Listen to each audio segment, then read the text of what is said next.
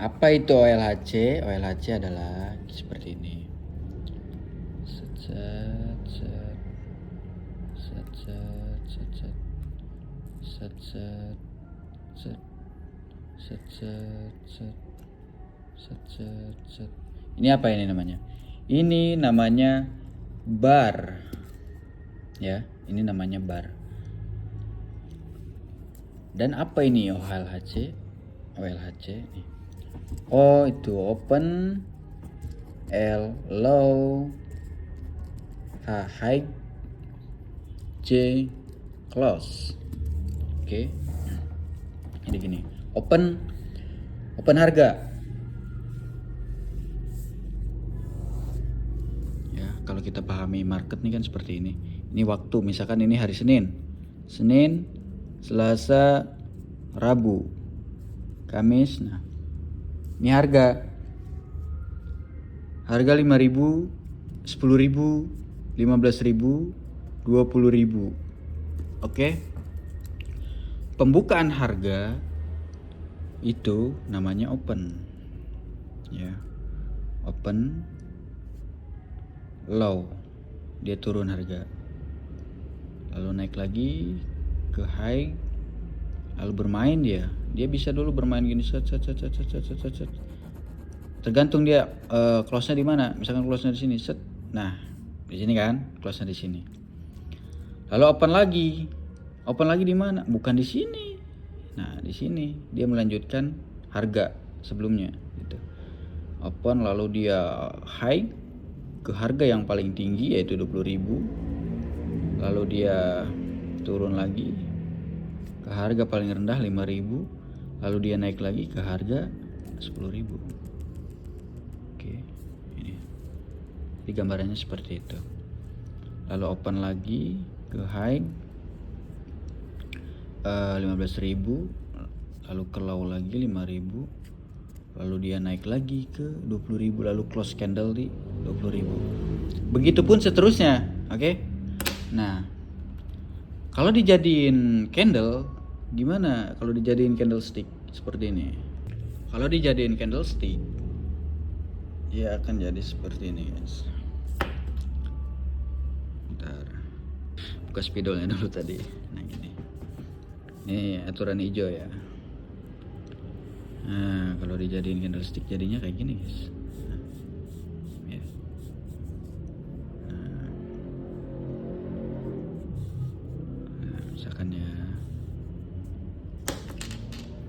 Misalkan ini turun close di sini misalkan.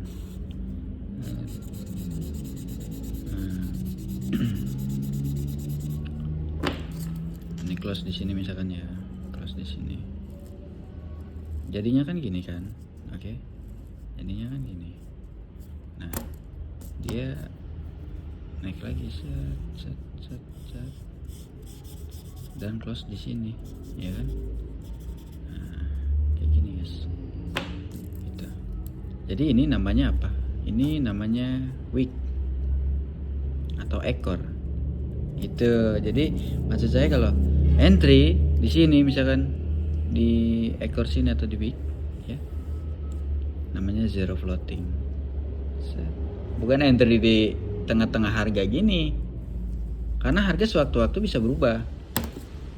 Jadi dari open candle ini, dari open candle sini set, dia akan bermain-main terus selama waktu yang dia tuju itu belum habis. Misalkan ini H1 ya, ini misalkan H1.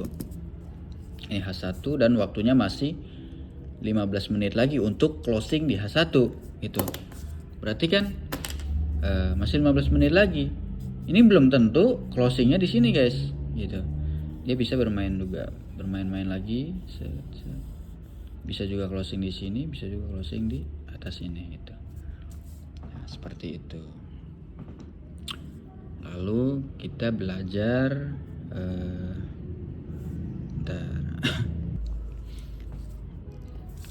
inilah penjelasan tentang OLCI ya.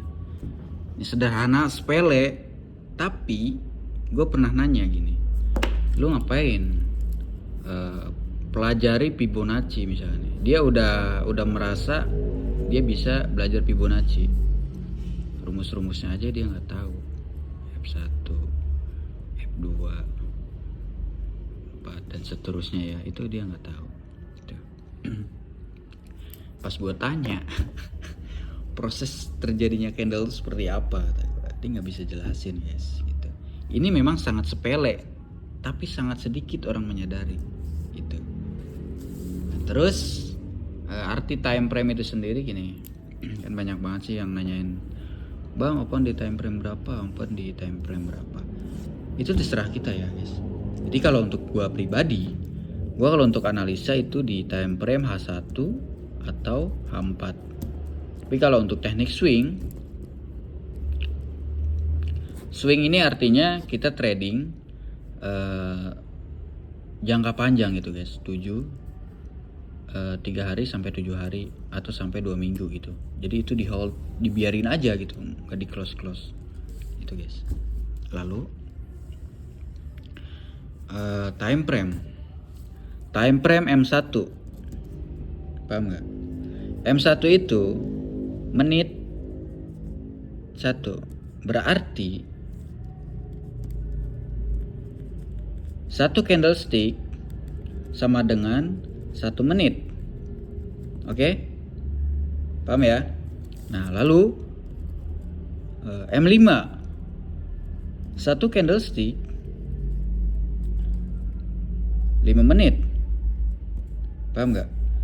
Kalau nggak paham berarti otaknya nggak nyampe. Ya. Jadi satu candlestick ini kalau di M1 itu jadinya selama 1 menit. Kalau di M5 berarti 5 menit. DM15 itu berarti satu candle 15 menit.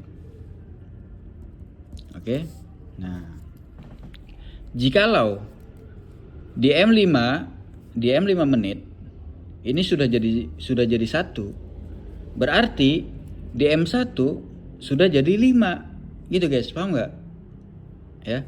Kalau di M5 menit ini sudah jadi 1, berarti di M1 sudah jadi 5. Nah, kalau di M15 ini sudah jadi 1, berarti di M5 ini sudah jadi 3. Gitu, paham nggak? Kalau di M1 ini berarti jadi 15. Paham ya? Oke, begitupun seterusnya. Di M30 misalkan, di M30 ini sudah jadi 2 candlestick ya. Nah.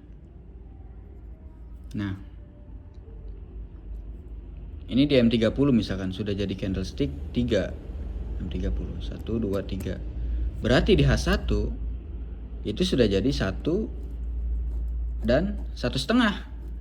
Sisanya 30 menit lagi baru beres, baru closing gitu.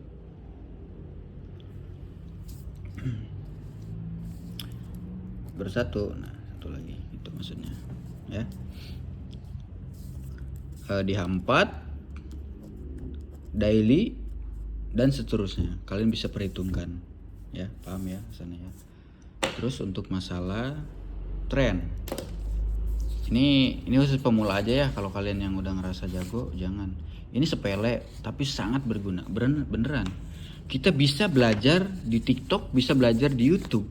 Beda bro, beda. Lu belajar dengan adanya orang yang secara langsung ngajarin lu gitu, beda beneran. Hanya pelan-pelan aja, jangan langsung jedar aja nanyain Fibonacci. Gue berani jamin gue orang-orang tuh kalau gue tanya satu-satu rumus Fibonacci pada nggak hafal, beneran aja. Terus tren bearish ya, ada bullish dan ada konsolidasi. Dan bearish set. Paham ya? Ini kondisi market nih seperti ini. Nah, dia cenderung selalu mengalami penurunan harga ya. Begitupun seterusnya. Oke. Itu namanya tren bearish. Bearish itu beruang ya. Biar kalian gampang hafalinnya, beruang. Bullish ini banteng. Dia punya tanduk untuk menyeruduk biar dia terbang ke atas guys gitu, dan konsolidasi. Kalau bullish itu kebalikannya, set set set set, terbang. Nah itu guys. Nah, konsolidasi itu nggak turun, nggak naik, jadi dia tuh sejajar, set set set set gitu, paham nggak? Nah, seperti itu ya guys ya. Jadi ini adalah pembelajaran sepele, sangat dasar, tapi tidak bisa disepelekan gitu, ya. Biar supaya ada orang yang nanya kepada kita bisa menjelaskan bahwasanya oh ini loh ilmunya, oh ini loh caranya, oh inilah prosesnya gitu. Bukan cuman buy sell buy sell buy sell, apaan judi itu.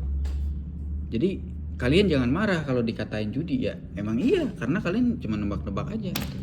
Proses terjadinya aja nggak tahu, caranya nggak tahu, trennya nggak tahu, tekniknya nggak tahu, itu rumusnya nggak tahu, full margin pula, bejir. Udah ya.